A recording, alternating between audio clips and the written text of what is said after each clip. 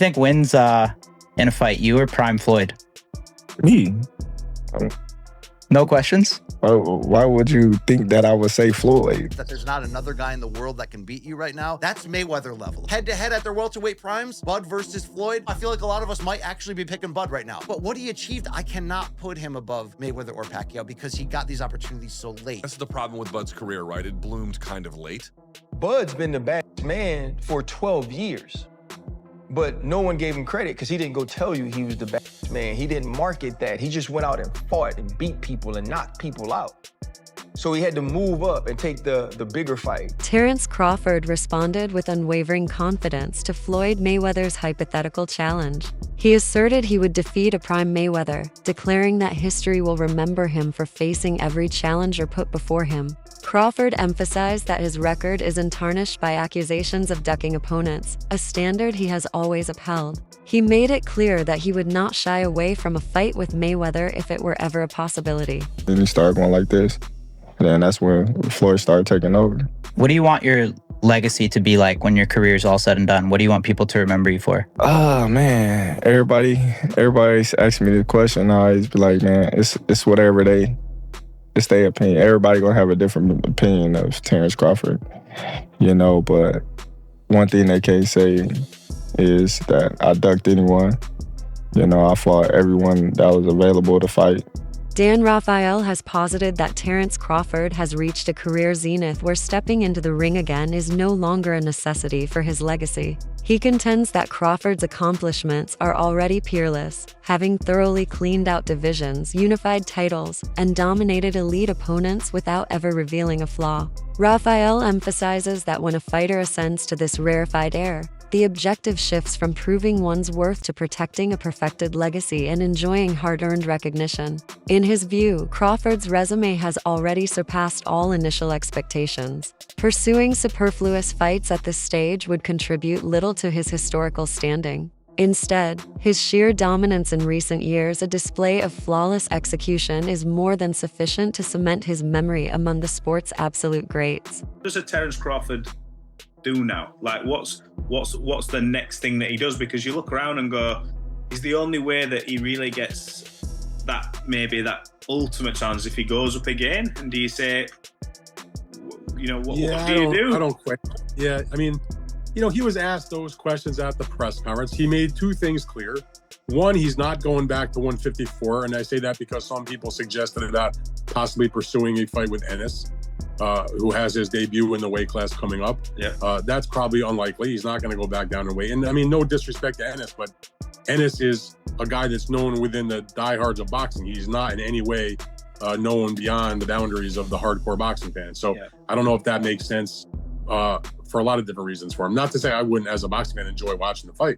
So, but I don't think he's going back to 154. He was asked about like a Benavides at 175, and he acknowledged like that guy's really big. I mean, that's maybe a bridge too far. He already went up to 2 weight classes to fight Canelo at 68. So it feels to me like he can either stay at 168 and defend this championship and look to the same types of names that were being thrown around as the types of guys that would have been in the mix for Canelo had he won the fight. And, he's going to have mandatories. Obviously, that's the first thing they'll have to look at. I mean, I don't know if he's not going to necessarily keep the belts if he's forced into a mandatory. He doesn't need the belts at this point, but there might be something appealing to him.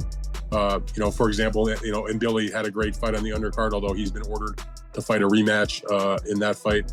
That was, fight of the year against Lester Martinez, candidate for fight of the year. The emphatic and decisive manner in which Terence Crawford dismantled Canelo Alvarez has ignited a fierce debate within boxing circles, inevitably drawing comparisons to Floyd Mayweather's own masterclass against the Mexican star. While Mayweather's victory came against a younger, less seasoned Canelo, Crawford's dominant performance against a fully evolved, pound-for-pound king has led some to question if his achievement is, in fact, superior. However, analyst Luke Thomas offers a crucial counterpoint, reminding fans of the starkly different career trajectories. Mayweather was a globally recognized superstar from a young age, consistently facing elite opposition early on. Crawford's ascent, hampered by promotional obstacles and a lack of spotlight, means his prime and biggest victories are occurring later in his career. Thomas contends that while Crawford's win over Canelo may have been more visually impressive in its execution,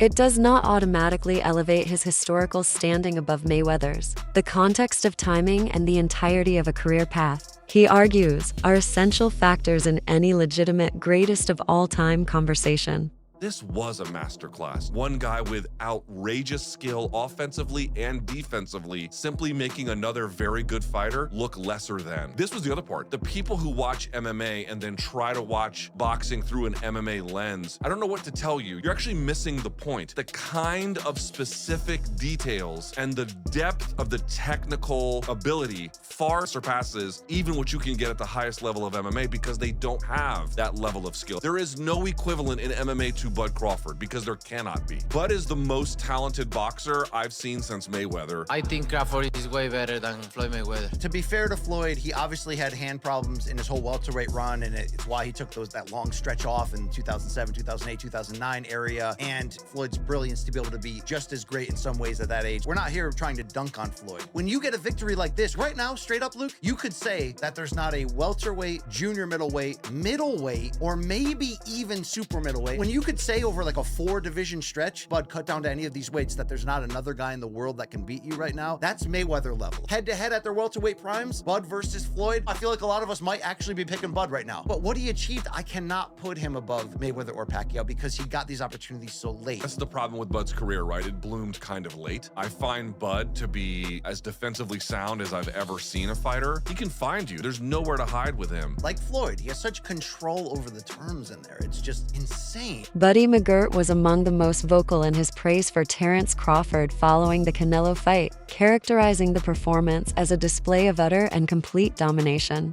According to McGirt, Crawford seized control from the opening bell, systematically dismantling Canelo's rhythm and never allowing the Mexican star to impose his trademark aggressive style. He emphasized that the victory was so decisive and one-sided that a rematch is utterly unnecessary, with the chasm in skill and ring generalship being undeniable to any observer.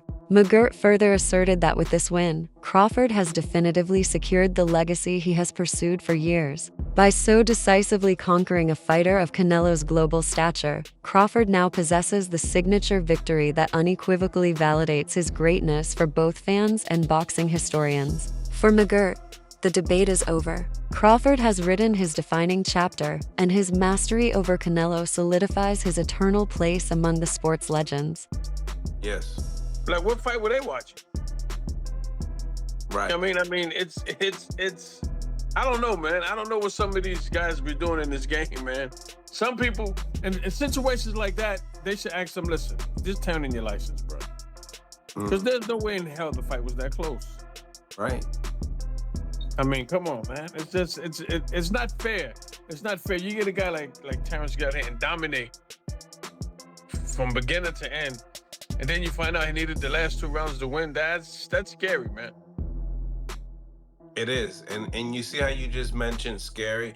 Now, a lot of people are saying, buddy, that type of beating, he's not going to want a rematch. But looking at those scorecards and knowing that, hey, you wasn't too far behind, even though, he did mention that, he's better than Mayweather. But, I mean, what's your thoughts? Do you feel like that was such a beating that Canelo wouldn't want a rematch? No, I think that, in all honesty, personally, I think that Canelo's at that stage in his career right now, that it's a rematch he don't need. He don't need it. You know what I mean? You know what I mean? What we saw that night, that's the stage Canelo's at right now.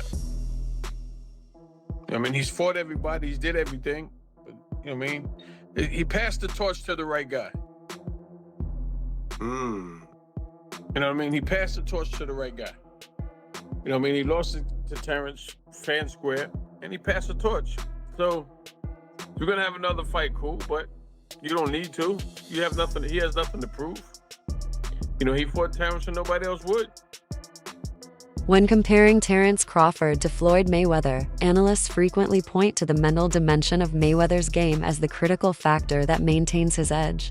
Many readily acknowledge Crawford's technical genius, his fluid stance switching, in-fight adjustments, and methodical dismantling of opponents are unparalleled. However, they contend that Mayweather operated on an additional psychological plane, possessing a masterful ability to control and manipulate his opponents' minds. Floyd didn't just fight. He engaged in psychological warfare, forcing rivals to abandon their game plans and succumb to frustration. This capacity to dominate an opponent's will, both in the lead-up and during the contest itself, is widely regarded as the defining separator. While Crawford's pure skill set is undeniable, the aura of utter control and premeditated psychological dismantlement that Mayweather brought into the ring is what continues to elevate his standing for many historians. The comparison ultimately highlights how near Crawford is to that pinnacle, while underscoring the unique cerebral nature of Mayweather's greatness.